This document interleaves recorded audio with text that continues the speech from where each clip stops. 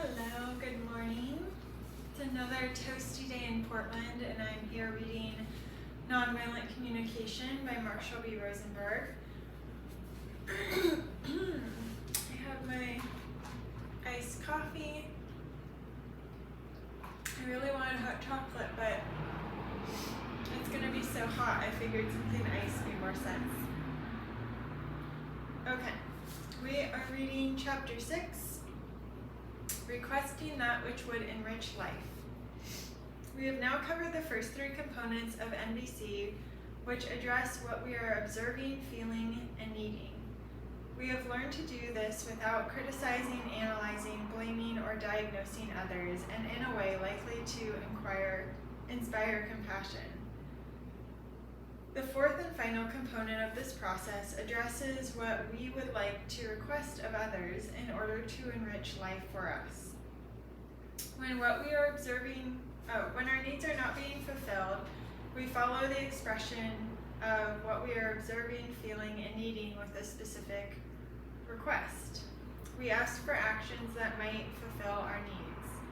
How do we express our requests so that others are more willing to respond compassionately to our needs? Using positive action language. First of all, we express what we are requesting rather than what we are not requesting. How do you do a don't? Goes the line of a children's song by my colleague Ruth Biebermeyer. All I know is I feel won't when I'm told to do a don't. These lyrics reveal two problems commonly encountered when requests are worded in the negative. People are often confused as to what is actually being requested, and furthermore, negative requests are likely to provoke resistance. A woman at a workshop, frustrated that her husband was spending so much time at work, described how her request had backfired. I asked him not to spend so much time at work. 3 weeks later, he responded by announcing that he'd signed up for a golf tournament. She had successfully communicated to him that what she did not want, his spending so much time at work, but had failed to request what she did want. Encouraged to reword her request, she thought a minute and said, I wish I had told him that I would like to spend at least one evening a week at home with the children and me. During the Vietnam War, I was asked to debate the war issue on television with a man whose position differed from mine. The show was videotaped, so I was able to watch it at home that evening.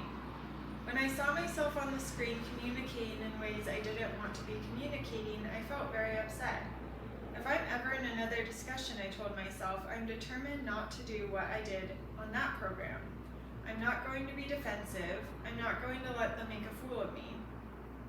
Notice how I spoke to myself in terms of what I didn't want to do rather than in terms of what I did want to do. A chance to redeem myself came the very next week when I was invited to continue the debate on the same program. All the way to the studio, I repeated to myself all the things I didn't want to do. As soon as the program started, the man launched off in exactly the same way he had a week earlier. For about 10 seconds after he'd finished talking, I managed not to communicate in the ways I had been reminding myself. In fact, I just said nothing. I just sat there. As soon as I opened my mouth, however, I found words tumbling out in all the ways I had been so determined to avoid. It was a painful lesson about what can happen when I only identify what I don't want to do without clarifying what I do want to do. I was once invited to work with some high school students who suffered a long litany of grievances against their principal. They regarded the principal as racist and searched for ways to get even with him. A minister who worked closely with the young people became deeply concerned over the prospect of violence. Out of respect for the minister, the students agreed to meet with me. They began by describing what they saw as discrimination on the part of the principal. After listening to several of their charges, I suggested that they proceed by clarifying what they wanted from the principal. What good would that do? Scoffed one student in disgust. We already went to him to tell him what we wanted. His answer to us was, get out of here. I don't need you people telling me what to do. I asked the students what they had requested of the principal. They recalled saying to him that they didn't want him telling them how to wear their hair. I suggested that they might have received a more cooperative response if they had expressed what they did rather than what they did not want. They had then informed the principal that they wanted to be treated with fairness, at which he had become defensive, vociferously denying ever having been unfair. I ventured to guess that the principal would have responded more favorably if they had asked for specific actions rather than vague behavior like fair treatment. Pause. I have to say, I think this is part of the process that irks me a little bit, because yes, theoretically, he's helping them communicate, which is great. Why is it on this group of kids to confront their racist principal and deal with his emotional immaturity? That seems like a lot of weight put on these kids who are in school and trying to get an education, when this guy's clearly not capable of having a mature conversation about their needs. Anyways, back to the book. Working together, we found ways to express their requests in positive action language. At the end of the meeting, the students had clarified 38 actions they wanted the principal to take, including, we'd like you to agree to Black student representation on decisions made about dress code, and we'd like you to refer to us as Black students and not you people. That has to be said. Oh my gosh. The following day, the students presented their request to the principal using the positive action language we had practiced. That evening, I received an elated phone call from them. Their principal had agreed to all 38 requests. In addition to using positive language, we also wanted to word our requests in the form of concrete actions that others can undertake, and to avoid vague, abstract, or ambiguous phrasing. A cartoon depicts a man who has fallen into a lake. As he struggles to swim, he shouts to his dog on shore, "Lassie, get help!" In the next frame, the dog is lying on the psychiatrist's couch. We all know how opinions vary as to what constitutes help. Some members of my family, when asked to help with the dishes, think help means supervision. A couple in distress attending a workshop provides an additional illustration of how nonspecific language can hamper understanding and communication. "I want you to let me be me," the woman declared to her husband. "I do," he retorted. "No, you don't," she insisted. Asked to express herself in positive action language, the woman replied, "I want you to give me the freedom to grow and be myself." Such a statement, however, is just as vague and likely to provoke a defensive response. She struggled to formulate her request clearly and then admitted, "It's kind of awkward, but if I were to be precise, I guess what I want is for you to smile and say that something I do is okay." Often the use of vague and abstract language can mask oppressive interpersonal games. A similar lack of clarity occurred between a father and his 15-year-old son when they came in for counseling. "All I want is for you to start showing a little responsibility," claimed the father. "Is that asking too much?" I suggested that he specify what it would take for his son to demonstrate the responsibility he was seeking. After a discussion on how to clarify his request, the father responded sheepishly, "Well, it doesn't sound so good, but when I say that I want responsibility, what I really mean is that I want him to do what I ask without question, to jump when I say jump, and to smile while doing it." He then agreed with me that if his son were to actually behave this way, it would demonstrate obedience rather than responsibility. Like this father, we often use vague and abstract language to indicate how we want other people to feel or be without naming a concrete action they could take to reach that state. For example, an employer makes a genuine effort to invite feedback, telling the employees, "I want you to feel free to express yourself around me." The statement communicates the employer's desire for the employees to feel free, but not what they could do in order to feel this way. Instead, the employer could use positive action language to make a request. "I'd like you to tell me what I might do to make it easier for you to feel free to express yourself around me." As a final illustration of how the use of vague language contributes to internal confusion, I would like to present the conversation that I would invariably have during my practice as a clinical psychologist with the many clients who came to me with complaints of depression. After I empathized with the depth of feeling that a client had just expressed, our exchanges would typically proceed in the following manner. Okay, I'm gonna do Marshall, client. Marshall, what are you wanting that you are not receiving? Client, I don't know what I want. I guess that you would say that. Why? My theory is that we get depressed because we're not getting what we want, and we're not getting what we want because we have never been taught to get what we want. Instead, we've been taught to be good little boys and girls and good mothers and fathers. If we're going to be one of those things, better get used to being depressed. Depression is the reward we get for being good. But if you want to feel better, if you'd like to clarify what you would like people to do to make your life more wonderful, I'd like for you to clarify what you would like people to do to make your life more wonderful for you. I just want someone to love me. That's hardly unreasonable, is it?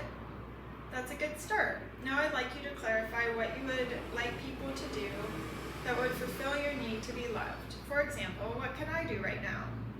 Oh, you know. I'm not sure I do. I'd like you to tell me what you would like me or others to do to give you the love that you're looking for. That's hard. Yes, it can be difficult to make clear requests, but think how hard it will be for others to respond to our requests if we are not even clear what it is. I'm starting to get clear what I want from others to fulfill my need for love, but it's embarrassing. Yes, very often it is embarrassing. So what would you like for me or others to do? If I really reflect upon what I'm requesting when I ask to be loved, I suppose I want you to guess what I want before I'm even aware of it, and then I want you to always do it. I'm grateful for your clarity. I hope you can see how you are not likely to find someone who can fulfill your need for love if that's what it takes. Very often, my clients were able to see how the lack of awareness of what they wanted from others had contributed significantly to their frustrations and depression. Making requests consciously. I'm gonna have a sip of coffee.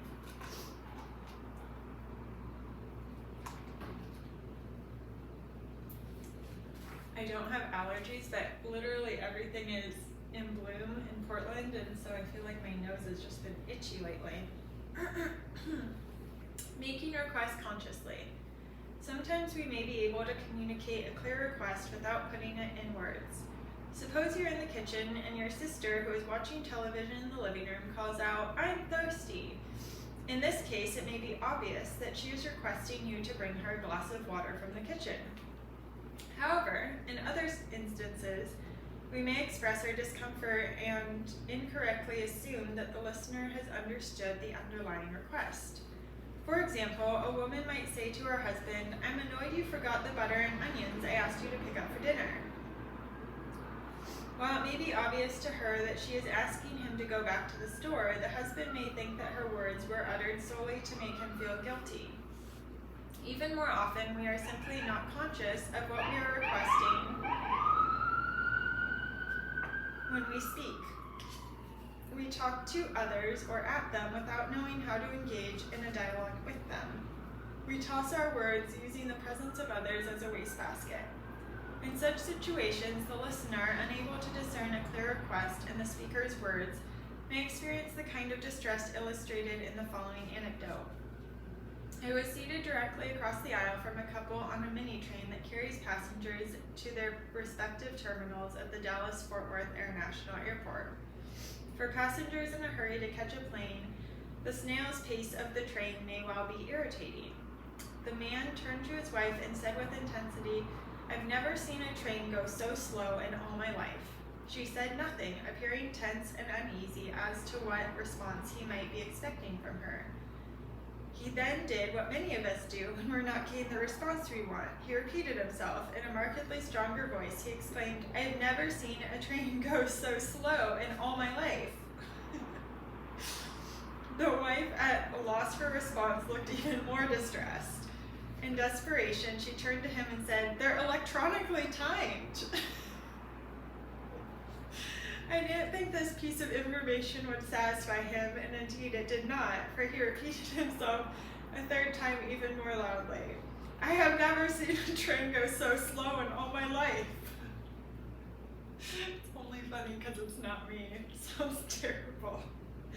The wife's patience was clearly exhausted as she snapped back angrily. Well, what do you want me to do about it? Get out and push? Now there were two people in pain. What response was the man wanting? I believe he wanted to hear that his pain was understood. If his wife had known, she might have responded, "It sounds like you're scared we might miss our plane and disgusted because you'd like a faster running train between these terminals." In the above exchange, the wife heard the husband's frustration but was clueless as to what he was asking for. Equally problematic is the reverse situation when people state their requests without first communicating the feelings and needs behind them. This is especially true when the request takes the form of a question. "Why don't you go and get a haircut?" can easily be heard by youngsters as a demand or an attack unless parents remember to first reveal their own feelings and needs. "We're worried that your hair is getting so long it might keep you from seeing things, especially when you're on your bike. How about a haircut?" It is more common, however, for people to talk without being conscious of what they're asking for. "I'm not requesting anything," they might remark. "I just felt like saying what I said." My belief is that whenever we say something to another person, we are requesting something in return. It may simply be an empathic connection, a verbal or nonverbal acknowledgement, as with the man on the train, that our words have been understood. Or we may be requesting honesty. We wish to know the listener's honest reaction to our words. Or we may be requesting an action that we hope would fulfill our needs. The clearer we are on what we want from the other person, the more likely it is that our needs will be met. Asking for a reflection. As we know, the message we send is not always the message that's received. We generally rely on verbal cues to determine whether our message has been understood to our satisfaction. If, however, we're uncertain that it has been received as intended, we need to be able to clearly request a response that tells us how the message was heard so as to be able to correct any misunderstanding. On some occasions, a simple question like, "Is that clear?" will suffice. At other times, we need more than, "Yes, I understood you," to feel confident that we've been truly understood. At such times, we might ask others to reflect back in their own words what they heard us say. We then have the opportunity to restate parts of our message to address any discrepancy or omission we might have noticed in their reflection. For example, a teacher approaches a student and says, "Peter, I got concerned when I checked my record book yesterday. I want to make sure you're aware of the homework I'm missing from you. Will you drop it off by my office after school?" Peter mumbles, "Okay, I know," and then turns away, leaving the teacher uneasy as to whether her message had been accurately received. She asks for a reflection. "Could you tell me what you just heard me say?" To which Peter replies, "You said I gotta miss soccer to stay after school because you didn't like my homework." Confirmed in her suspicion that Peter had not heard her intended message, the teacher tries to restate it, but first she is careful of her next remark. An assertion like, "You didn't hear me," or "That's not what I said," or "You're misunderstanding me," may easily lead Peter to think that he is being chastised. Since the teacher perceives Peter as having sincerely responded to her first request for a reflection, she might say, "I'm grateful to you for telling me what you heard. I can see that I didn't make myself as clear as I'd have liked, so let me try again." When we first begin asking others to reflect back what they hear us say, it might feel awkward and strange because these requests are rarely made. When I emphasize the importance of our ability to ask for reflections, people often express reservations. They're worried about reactions like, "What do you think I am, deaf?" or "Quit playing your psychological games." To prevent such reactions, we can explain to people ahead of time why we sometimes ask them to reflect back our words. We make clear that we're not testing their listening skills, but checking out whether we've expressed ourselves clearly. However, should the listener retort, "I heard what you said, I'm not stupid," we then have the option to focus on the listener's feelings and needs and ask either aloud or silently, "Are you saying you're feeling annoyed because you want respect for your ability to understand things?" Requesting honesty. After we've openly expressed ourselves and received the understanding we want, we are often eager to know the other person's reaction to what we've said. Usually the honesty we would like to receive takes one of three directions. Sometimes we'd like to know the feelings that are stimulated by what we said and the reasons for those feelings. We might request this by asking, I would like you to tell me how you feel about what I just said and your reasons for feeling as you do. Sometimes we'd like to know something about our listeners' thoughts in response to what they just heard us say. At these times, it's important to specify which thoughts we'd like them to share. For example, we might say, I'd like you to tell me if you predict that my proposal would be successful, and if not, what you believe would prevent its success, rather than simply saying, I'd like you to tell me what you think about what I've said. When we don't specify which thoughts we would like to receive, the other person may respond at great length with thoughts that aren't the ones we are seeking. Sometimes we'd like to know whether the person is willing to take certain actions that we've recommended. Such a request may sound like this.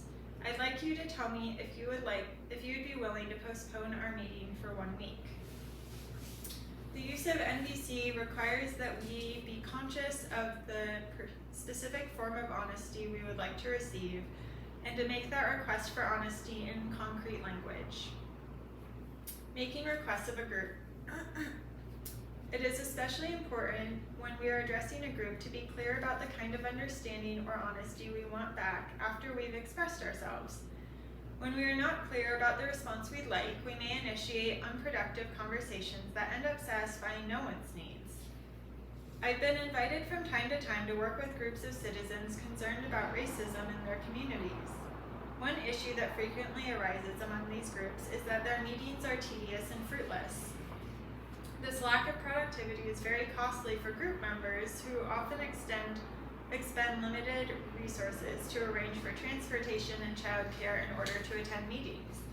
Frustrated by prolonged discussions that yield little direction, many members quit the groups, declaring meetings a waste of time. Furthermore, the institutional changes they are striving to make are not usually ones that occur quickly or easily. For all these reasons, when such groups meet, it's important that they make good use of their time together.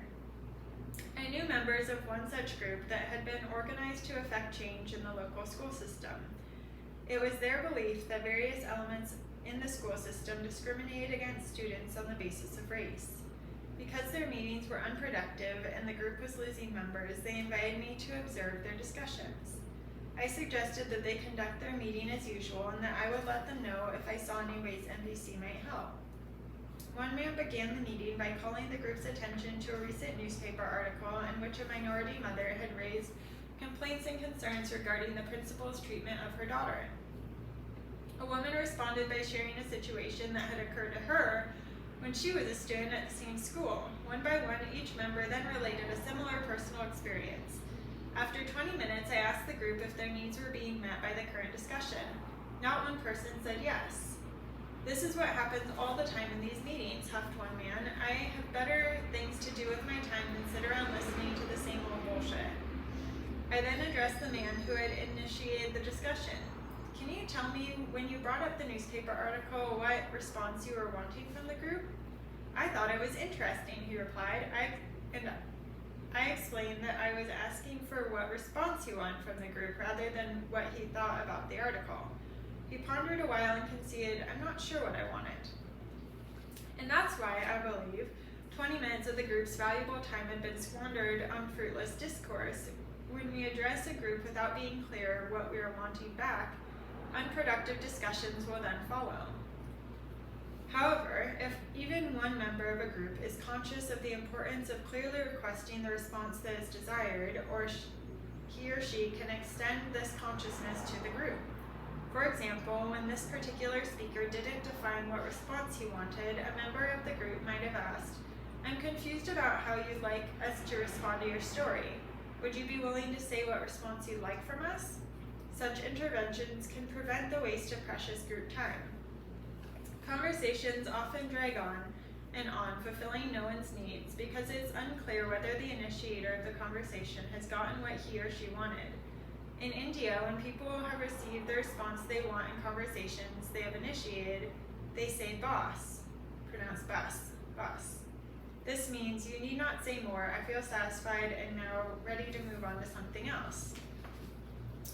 Though we lack such a word in our own language, we can benefit from developing and promoting bus consciousness in all our interactions. Requests versus demands. Our requests are received as demands when others believe they will be blamed or punished if they do not comply. When people hear a demand, they see only two options, submission or rebellion. Either way, the person requesting is perceived as coercive and the listener's capacity to respond compassionately to the request is diminished. The more we have in the past blamed, punished, or laid guilt trips on others when they haven't responded to our requests, the higher the likelihood that our requests will now be heard as demands. We also pay for others' use of such tactics. To the degree that people in our lives have been blamed, punished, or urged to feel guilty for not doing what others have requested, the more likely they are to carry this baggage to every subsequent relationship and hear a demand in any request. Let's look at two variations of a situation. Jack says to his friend Jane, I'm lonely and would like you to spend the evening with me. Is that a request or a demand? The answer is we don't know until we observe how Jack treats Jane if she doesn't comply. Suppose she replies, Jack, I'm really tired. If you'd like some company, how about finding someone else to be with you this evening? If Jack then remarks, how typical of you to be so selfish, his request was in fact a demand. Instead of empathizing with her need to rest, he has blamed her. Consider a second scenario. Jack, Jane. Jack, I'm lonely and would like you to spend the evening with me. Jack, I'm really tired. If you'd like some company, how about finding someone else to be with you tonight? Turns away wordlessly. Sensing he is upset. Is something bothering you? No. Come on, Jack, I can sense something's going on. What's the matter? You know how lonely I'm feeling. If you really loved me, you'd spend the evening with me.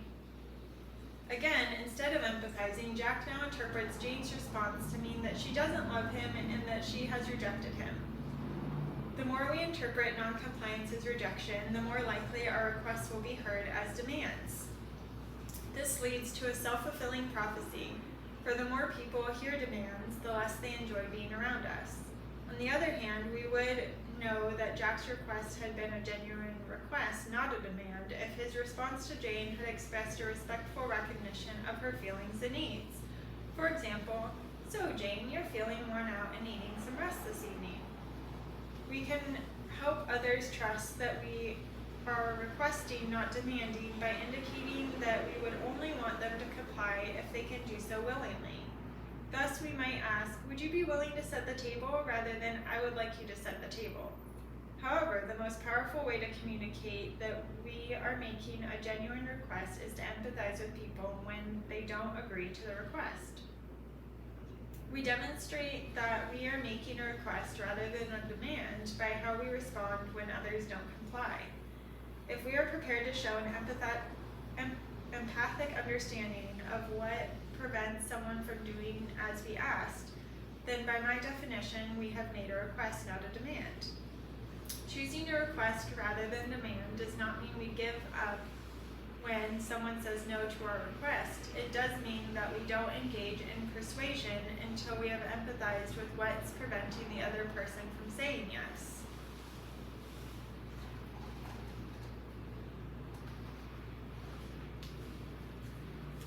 Defining our objective when making requests. Expressing genuine requests also requires an awareness of our objective. If our objective is only to change people and their behavior or to get our way, then MVC is not an appropriate tool. The process is designed for those of us who would like others to change and respond, but only if they choose to do so willingly and compassionately. The objective of MVC is to establish a relationship based on honesty and empathy. When others trust that our primary commitment is to the quality of the relationship and that we expect this process to fulfill everyone's needs, then they can trust that our requests are true requests and not camouflage demands. A consciousness of this objective is difficult to maintain, especially for parents, teachers, managers, and others whose work centers around influencing people and obtaining behavioral results. A mother who once returned to a workshop after a lunch break announced, "Marshall, I went home and tried it. It didn't work." I asked her to describe what she'd done. "I went home and expressed my feelings and needs just as we practiced. I made no criticism, no judgments of my son. I simply said, 'Look, when I see that you haven't done the work you said you were going to do, I feel very disappointed. I wanted to be able to come home and find the house in order and your chores completed. Then I made a request. I told him I wanted him to clean it up immediately.' 'It sounds like you clearly expressed all the components,' I commented. 'What happened?' 'He didn't do it.' 'Then what happened?' I asked. I told him he couldn't go through life being lazy and irresponsible." Really nailed it. I could see that this woman was not yet able to distinguish between expressing requests and making demands. She was still defining the process as successful only if she got compliance for her requests.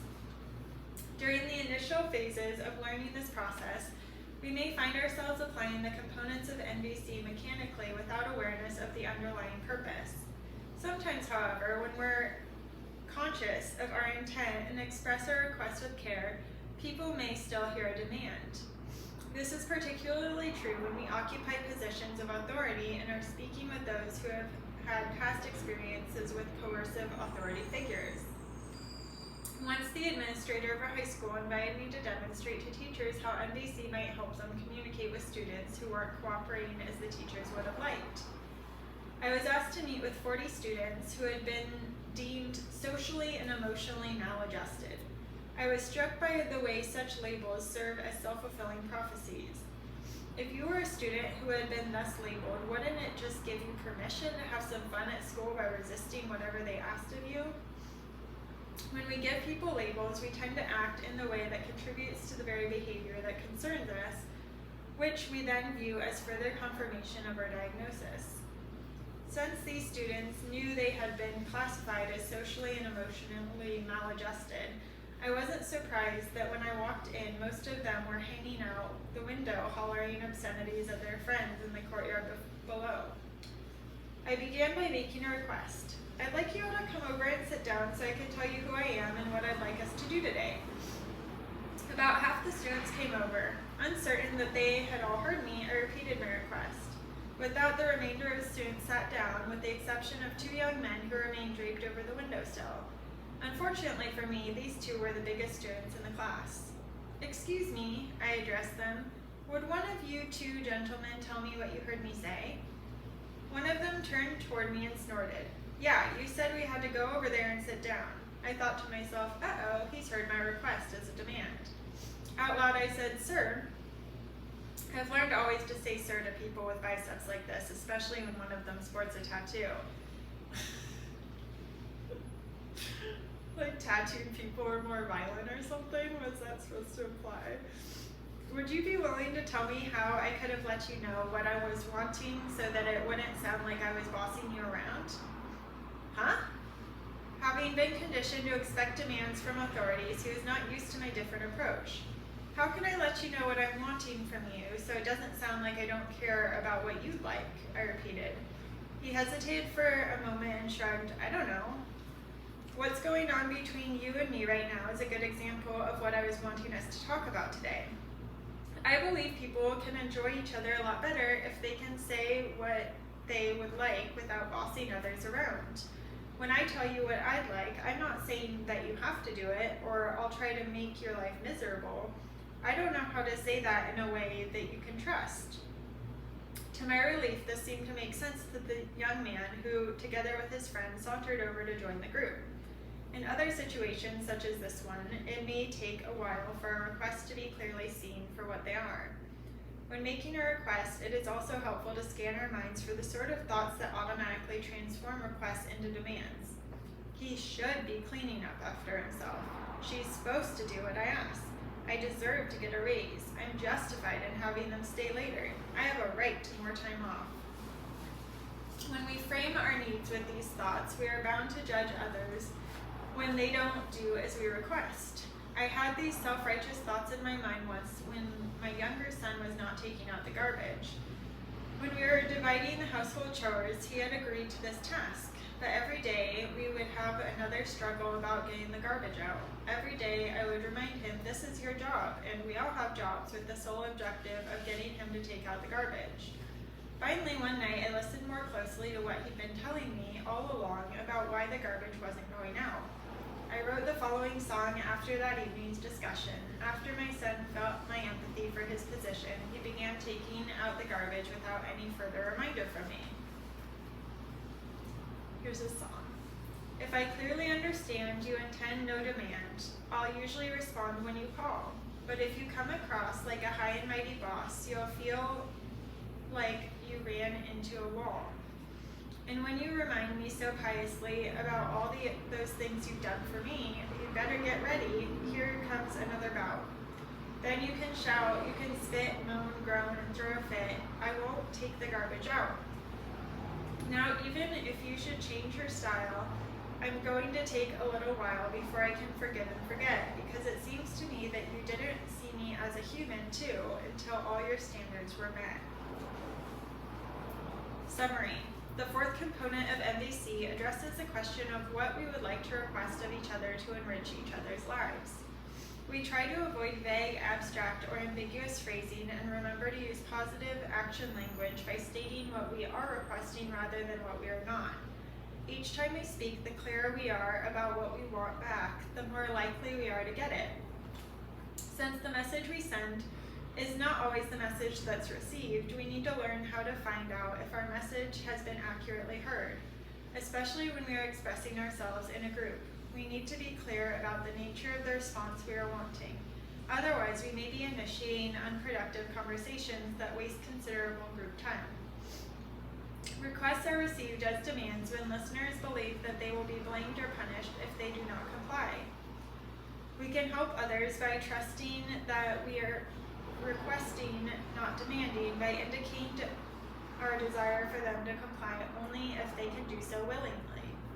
The objective of MVC is not to change people and their behavior in order to get our way. It is to establish relationships based on honesty and empathy that will eventually fulfill everyone's needs.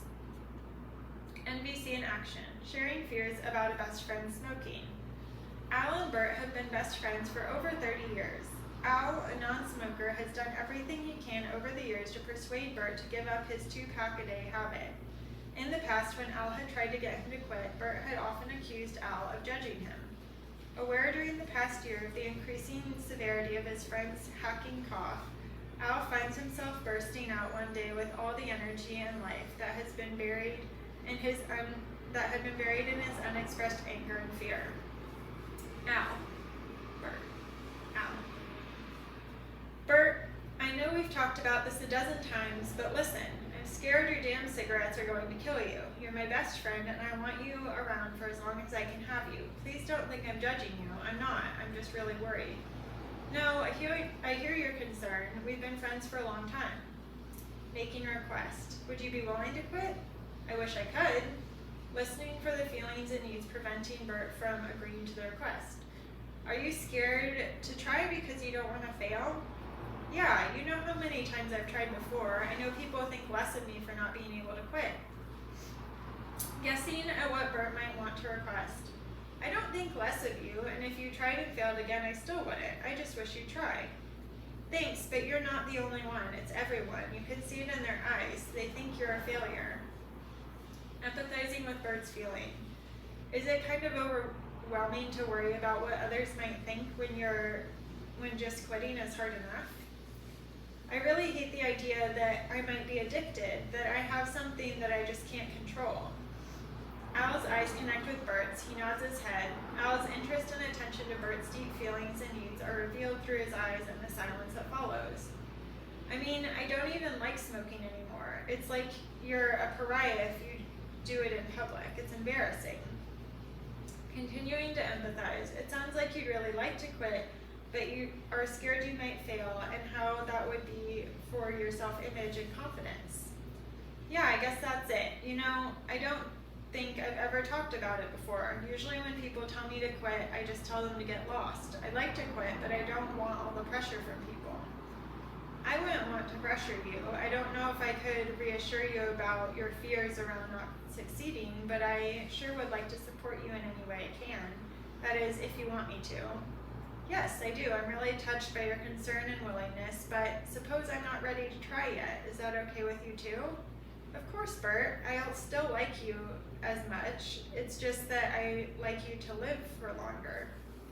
Because Al's request was a genuine request, not a demand, he maintained awareness of his commitment to the quality of the relationship, regardless of Bert's response. He expressed this awareness and his respect for Bert's need for autonomy through his words, "I'll still like you," while simultaneously expressing his own need to like you for longer. Well then, maybe I will try, but don't tell anyone else, okay? Sure, you decide when you're ready. I won't be mentioning it to anybody. Exercise 4. Expressing requests. To see whether we're in agreement about the clear expression of requests, circle the number in front of each of the following statements in which the speaker is clearly requesting that a specific action be taken. 1. I want you to understand me. 2. I'd like you to tell me one thing that I did that you appreciate. 3. I'd like you to feel more confidence in yourself. 4. I'd like you to stop drinking. 5. I'd like you to let me be me. 6. I'd like you to be honest with me about yesterday's meeting. 7. I would like you to drive at or below the speed limit. 8. I'd like to get to know you better. 9. I would like you to show respect for my privacy. 10. I'd like you to prepare supper more often. Here are my responses for exercise 4. If you circled number 1, we're not in agreement. To me, the word understand does not clearly express a request for a specific action. A request for a specific action might be, I want you to tell me what you heard me say. 2. If you circle this number, we're in agreement. 3. If you circle this number, we're not in agreement. To me, the words feel more confidence do not clearly express a request for a specific action. A request for a specific action might be, I'd like you to take a course in assertiveness training, which I believe would increase your self-confidence. 4. If you circle this number, we're not in agreement. To me, the words stop drinking do not express what the speaker wants, but rather what he or she doesn't want. A request for a specific action might be, I want you to tell me what needs of yours are met by drinking and to discuss with me other ways of meeting those needs. 5. If you circle this number, we're not in agreement. To me, the words let me be me do not clearly express a request for a specific action. A request for a specific action might be, I want you to tell me you won't leave our relationship even if I do some things that you don't like. 6. If you circled this number, we're not in agreement. To me, the words be honest with me do not clearly express a request for a specific action. A request for a specific action might be, I want you to tell me how you feel about what I did and what you'd like me to do differently. 7. If you circle this number, we're in agreement. 8. If you circle this number, we're not in agreement. To me, the words get to know you better do not clearly express a request for a specific action. A request for a specific action might be, I'd like you to tell me if you would be willing to meet me for lunch once a week. 9. If you circle this number, we're not in agreement. To me, the words show respect for my privacy do not clearly express a request for a specific action. A request for a specific action might be, I'd like you to agree to knock before you enter my office. If you circle this number, 10. If you circle this number, we're not in agreement. To me, the words more often do not clearly express a request for a specific action, which might be, I'd like you to prepare supper every Monday night. Okay, that was chapter 6, requesting that which would enrich life. Nonviolent Communication by Marshall B. Rosenberg. Next time we'll be back with chapter 7, receiving empathically. Have a good day.